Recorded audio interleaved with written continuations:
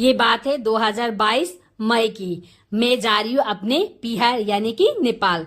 तो मैं ले लेती हूँ दिल्ली से बस, दिल्ली टू पोखरा के लिए। फिर मैं पोखरा में अपने कजन सिस्टर के यहाँ स्टे करती हूँ। हस्बैंड वहां से छोड़ के मुझे वापस आ जाते, क्योंकि मैं कुछ दिनों के लिए रुकने के लिए गई हूँ। तो हस्बैंड इतने दिन रुक नहीं सकते, तो वो वापस रिटर्न आ जाते। इतने में पहुंच जाती है मेरी सिस्टर। तो हम दोनों सिस्टर होके अपने भैया के घर, अपने मम्मी पापा के घर जाते। उसके बाद हम चले जाते गांव, क्योंकि हम वहां पे शुरू हो गया है कुल पूजा।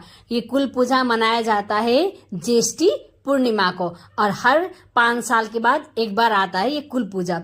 हमारे जितने भी बगल है थापा क्षेत्रीय है, वो देश के किसी भी कोने में हो, इस कुल पूजा को अटेंड करने के लिए वो घर जरूर आते हैं और ये पूजा में जरूर आते हैं। तो ये पूजा में जाने का एक बड़ा ये मकसद भी हो जाता है कि आपको अपने सभी लोगों से मुलाकात होती है।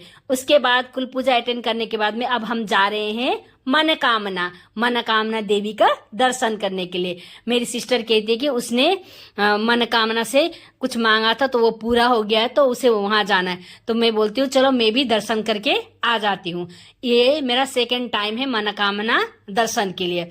फिर हम केबल कार में बैठ के, क्यों मनोकामना में अब केबल कार में बैठ के ही जाना होता है, तो हम केबल कार में बैठ गए। ये केबल कार माने हजारों केबल कार दिन भर चलती रहती है।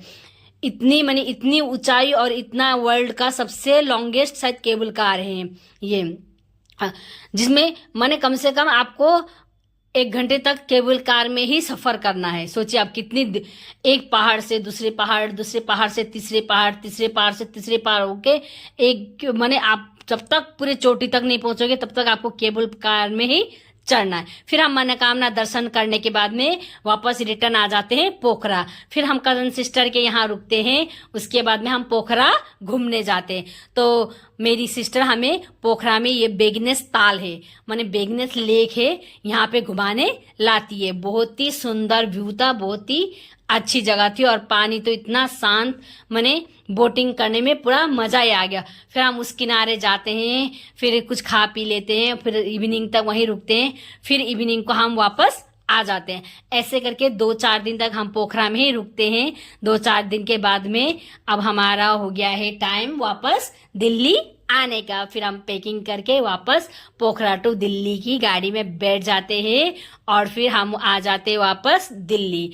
अब हो गए पूरे 4 साल, और पूरे 4 साल में उसके बाद से मैं दोबारा अपने पिहर गई नहीं हूँ। जब भी जाने के लिए सोचती हूँ कुछ ना कुछ ऐसी प्रॉब्लम आ जाती है जिसके वजह से मैं जा ही नहीं पाती हूँ। तो अब पता नहीं